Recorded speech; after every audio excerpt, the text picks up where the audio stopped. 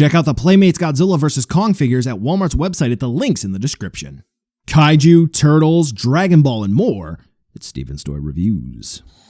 Hey, hello there collectors, it is Steven here, and welcome to a return to Skull Island, where today we're going to be taking a look at the Playmates 6-inch scale Warbat with Osprey and Kong with Fighter Jet. This is going to be the same Kong that in total has been released 3 times in the 6-inch scale lineup for Playmates, with the original with Battle Axe, now with Fighter Jet, and then we have a Hong Kong Battle one, which you'll be seeing in another video, and Warbat, which was originally leaked out as Nozuki, now has a more, I guess, generic name under Warbat. But still, we finally get to see these released, and as funny to note, this Kong was also denoted the Hollow Earth name. And I actually ordered one of these back when it was supposed to be first in stock, and I got the Kong with Battle Axe last year. Rest in peace, boo-boo. But anyway, we finally have more figures from Playmates on store shelves that you can get if you actually look. Don't feed scalpers, folks. Don't feed them. But is it going to be worth the hassle to get? Let's take a look to see whether or not Monkey and... that's not really a bat, that's kind of a flying snake, yeah, are worth adding into your collection. As stated before, Monkey here is going to be pretty much the same body as we've already had it once released already, and then they went ahead and repainted this one with the same head sculpt for the Hong Kong battle. So we're going to kind of just hit the high notes here and move on. The head sculpt is going to be effectively brand new. This was supposed to be the first release with this head sculpt, where Kong's mouth is closed. You see that he's got a little bit of a snaggletooth going on, which is very nice. And overall, I do think that this head sculpt is very fitting of the MonsterVerse Kong, because he kind of has a little bit of an attitude going on, but he's not necessarily calm-faced, which does look very, very good. And when we talk about the paint applications for this guy, I will note something of interest. The right arm at the shoulder bicep area, which that's where the battle damage is going to be, and I do like how they incorporated the battle damage here because it actually hides the joint, which is very cool. It's very relatable to what Hasbro is doing for their pinless stuff. The battle damage actually hides the joint. Cool, very neat. That section does appear to just be painted like the Kong with Battle Axe version. We'll take a look and a comparison at that one in just a minute. But anyway, the paint scheme for this one actually has a more so, I would say, vibrant look to it, and it has a more so matte compared to one of the previously released Kongs. So this one should actually attract a few more folks to get it if you've been kind of on the fence. I do think the paint blending is a little nicer, and it just looks good, especially when we take a look at the musculature. We do take a look at the fur. It is nice. So generally speaking, if you've been on the fence about this one in the looks department, yes, it is going to be the same sculpt, but we are going to have a new head sculpt. And I do think the paint application, on a personal preference, looks nicer here. When it comes to accessories, he's going to come with a fighter jet. There's no support stand for this fighter jet, so you can have him hold it, or it can be in a prepare to take off mode. I don't know why there's not a stand. Warbat time, and double check your packages, folks. It seems like there are some people who unfortunately have already chucked their package and they have missed the support stand for this one. So if you did, sorry you missed out on your support stand for your $10 figure, but as we're going to see in the articulation section, it does actually help a little bit. And take a little bit of advice from me, snake-like figures or dragon-like figures that sort of have this slender body, they will sag over time. Looking at you, Ichiban Shenron, looking at you. But anyway, taking a look at the particular design for this one, I do think overall it is a winner. I think the pose is rather intimidating. It looks like Warbat is getting ready to fly right off into the sky, but I do think that the wing posing, or if that even is supposed to be wing, a membrane that acts as a flight module, I don't know what I'm talking about. You know what I'm talking about though, the wings. Those, I think, are incorporated a little awkward. I do think that the one wing, which features the battle damage, which I think this looks nice, the battle damage in and of itself, we have some fleshy bits underneath. There's just a little plate, and all you gotta do is pop in or pop out. Like I said, it's very easy to do. I do think it looks very segmented, and something on $10, it's not that big of a deal, but if I'm just critiquing it, I don't know, maybe it could have been been incorporated just a little bit better.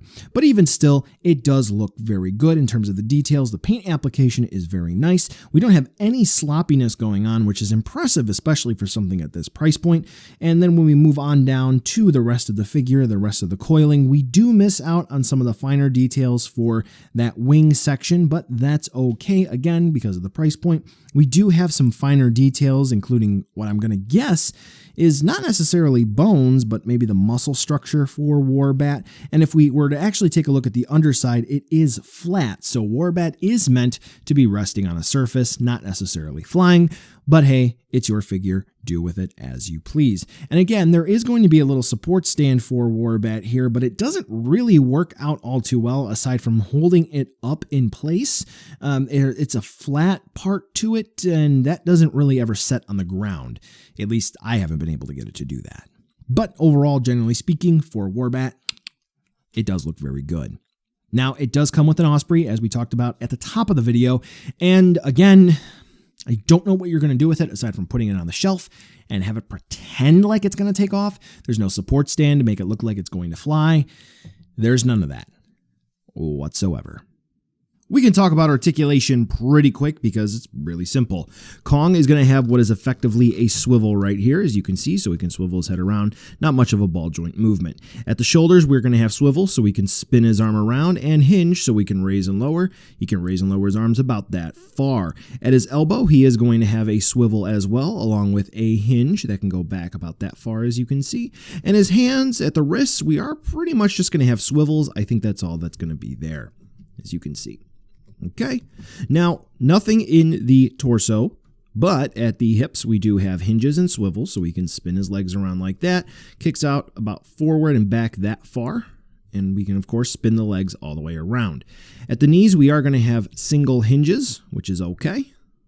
So hinge back that far, and then out that far. No ankle swivels, which would have been cool to see here, but it is what it is. Now for Warbat, that's where we get a bit more complicated. Sort of. So, the jaw does open and close on a hinge, as you can see there. And the wings are going to attach on little clips, so they are going to hinge, just like this. Now, on the battle damaged wing, it is also going to have a swivel so you can spin it around, which is cool. The other wing, I think it might, but it's very difficult to move in both directions. So maybe just move with caution. And it's like that for both of my Warbats.